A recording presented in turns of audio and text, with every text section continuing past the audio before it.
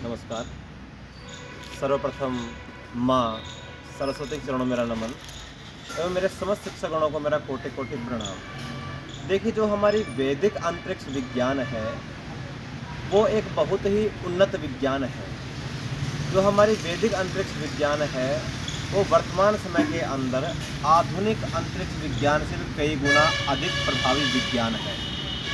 जो हमारे वैदिक अंतरिक्ष विज्ञान है ये एक अनुसंधानकारी, आविष्कारी एवं संशोधित वैज्ञानिक परिणत विज्ञान है। हम वर्तमान समय के अंदर हमारी वैदिक अंतरिक्ष विज्ञान के मूलभूत सिद्धांतों का प्रयोग करके अंतरिक्ष जगत के अंदर एक नई उपलब्धि, एक नई सिद्धियां हासिल कर सकते हैं। मैं आप सभी के समक्ष जो हमारी वैदिक अंतरिक्ष विज्ञान है इसके मूलभूत सिद्धांतों को व्यक्त करना चाहूँगा। जब पूरा देश ही नहीं, अभी तो पूरा विश्व संदेह में था कि पृथ्वी सूर्य की परिक्रमा करती है या सूर्य पृथ्वी की परिक्रमा करता है, उस समय भारतीय खगोल शास्त्र के प्रकांड विद्वान आदरणीय आर्यभट्ट जी ने एक छोटे से उदाहरण मात्र से पूरे देश ही नहीं, अभी तो पूरे विश्व के संदेह को निसंदेह कर दिया था।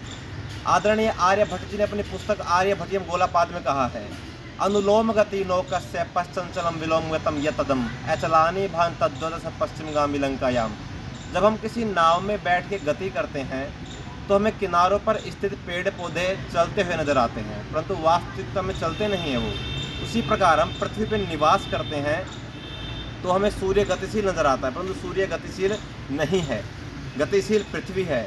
फिर भी हमें बताया जाता है, हमें कहा जाता है कि पृथ्वी सूर्य की परिक्रमा करती है। यह खोज गैलीलियो ने की। यह मैं कहना चाहूँगा कि हमारी वैदिक संस्कृति, सभ्यता, साहित्य के साथ एक बहुत बड़ी नाइंसाफ़ी हुई है। मैं दूसरा उदाहरण आपको ये देना चाहूँगा कि आधुनिक अंतरिक्ष विज्ञान कहती है कि अंतरिक्ष के अंदर वेल्डिंग जैसी गंध आती है, जबकि हमारी वैदिक अंतरिक्ष विज्ञान साफ साफ बोलती है अंतरिक्ष के अंदर किसी प्रकार की कोई गंध नहीं होती, अपितु अंतरिक्ष गंधहीन होता है।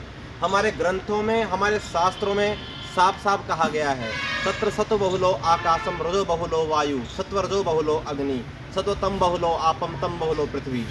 जिस स्थान के ऊपर तम गुण अधिक मात्रा में होगा वह स्थान गंधयुक्त होगा, और जिस स्थान पर तम कम मात्रा में होगा वह स्थान गंधहीन होगा। तो हमारे शास्त्रों में अंतरिक्ष को तम रहित बताया गया है, इसलिए अंतरिक्ष गंधवान कैसे हो सकता है। मैं आपको एक उदाहरण देना चाहूँगा।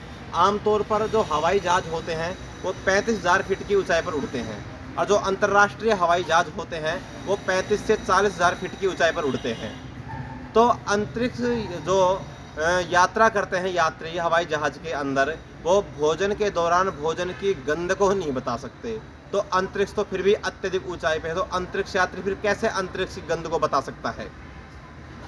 दूसरी बात ये, गंध ज्ञान के लिए एक माध्यम की आवश्यकता होती है, जबकि माध्यम का अंतरिक्ष में पूर्णतः अभाव होता है। अंतरिक्ष में किसी प्रकार कोई माध्यम नहीं होता, इसलिए अंतरिक्ष यात्री न तो वहाँ पे गंध ज्ञान कर सकते और न ही संगीत सुन सकते।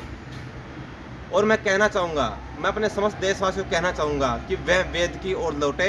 वेद ही मानव जीवन की एक अमूल्य संपत्ति है। हाँ, मैं वैदिक सभ्यता, संस्कृति, साहित्य को उत्थान करने के लिए, बनाए रखने के लिए मैं मेरे समस्त देशवासियों को एक वैदिक सूत्रता में पिरोना चाहूँगा। वेदा में परम चक्षु, वेदा में परम बलम, वेदा में परम धामम, वेदा में ब्रह्म च उत्तमम। वेद ही सर्वोत्तम बताए गए हैं। और मैं उत्तराखंड राज्य के यशस्वी, कर्मठ, जुझारू, सेवाभावी, कर्तव्यनिष्ठ मुख्यमंत्री आदरणीय पुष्कर सिंह धामी जी से आग्रह करना चाहूँगा कि मैं हरिद्वार नगर के अंदर, हरिद्वार शहर के अंदर भारतीय खगोल शास्त्र के प्रकांड विद्वान आदरणीय आर्यभट्ट जी की प्रतिमा का स्थापित्य करें और लोगों को अंतरिक्ष विज्ञान हेतु एवं नव जागृति हेतु संदेश देवे। जय हिंद, जय आयुर्वेद।